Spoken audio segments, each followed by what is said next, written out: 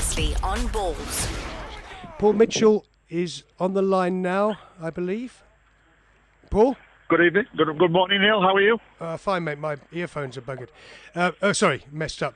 Paulie, right, before the Namibia game, you said to me, and I mean, obviously, Buhle Makwenazi, we've heard a little bit about it. We don't know that much. He's now got this great stage. You said, watch the number 8 against Namibia. And again, last night, we had a look at him. Can you tell me a little bit, Paul, about this Buhle Makwenazi? Yeah, I mean, it's no secret about Buhle. I mean, to be fair, Buhle came through the Sundowns development system with Sianda Kulu under Ted Dimitru and Sadesh Singh, going back the last 3 or 4 years. He made his debut under Stoichkov and then played a holding midfield role, actually, for some games for Sundowns under Antonio Lopez, playing in there with Matthew Patterson and Ezram. And the following season, he then went to Bloemfontein on a loan, played all the games, and then last year was a revelation for Tuks, and now he's joined Tuks on a permanent deal. So it's very good. Very pleased with his progress. Mate, I mean, who would be the kind of coaches that we could thank for that kind of, for the development of players like this? Where did he come from, and where can we expect him to go on the back of these performances? I think, in all honesty, Neil, I think Ted Dimitru and Sadesh Singh and Coach Sipo at Sundowns, they had a fantastic development going when they were there.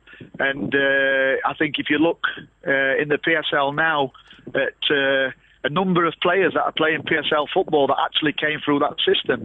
Just off the top of my head, you've got people like Jabu Shongwi, Buhle Makwenazi, Sianda Kulu, Dr. Mampuru, Wandasili Letlebika.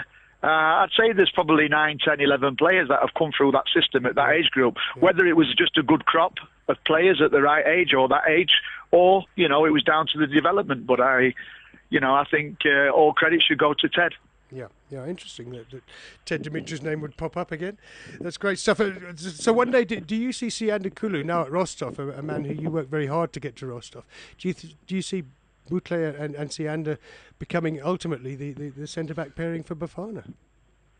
I do. I mean, to be honest, I mean, the notion at Sundowns at that time was that Buhle and Sianda would have been the future as a centre-back pairing for Sundowns.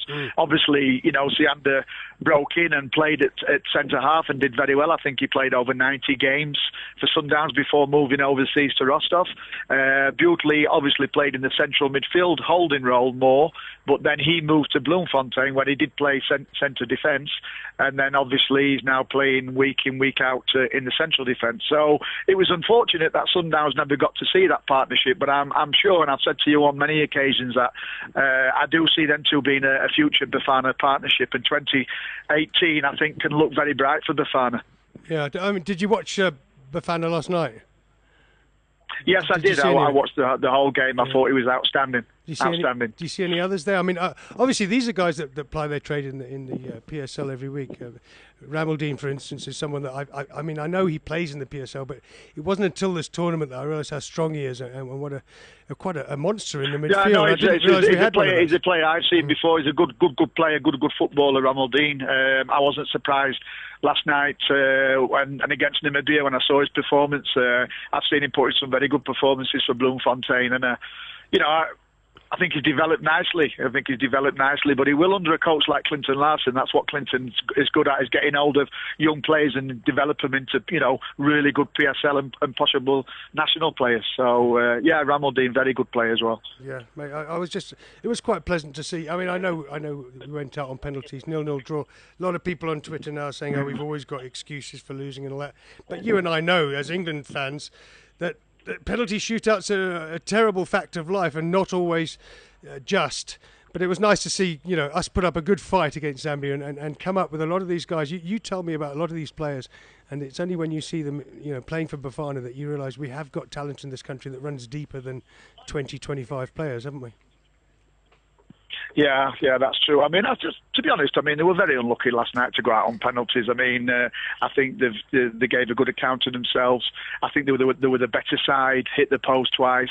I think they played some good football in parts, although, lack of sort of zest up front again. But look, I think they were very unlucky, and I think they played some very good football in parts. I think defensively, especially the two centre halves, did very, very well. And look, with the squad Gordon's put together, he's given some youngsters a good run out, and I think all credit to Gordon. I think it's been a good tournament for the public and for Gordon to have a look at some other players that don't necessarily get into the national senior setup.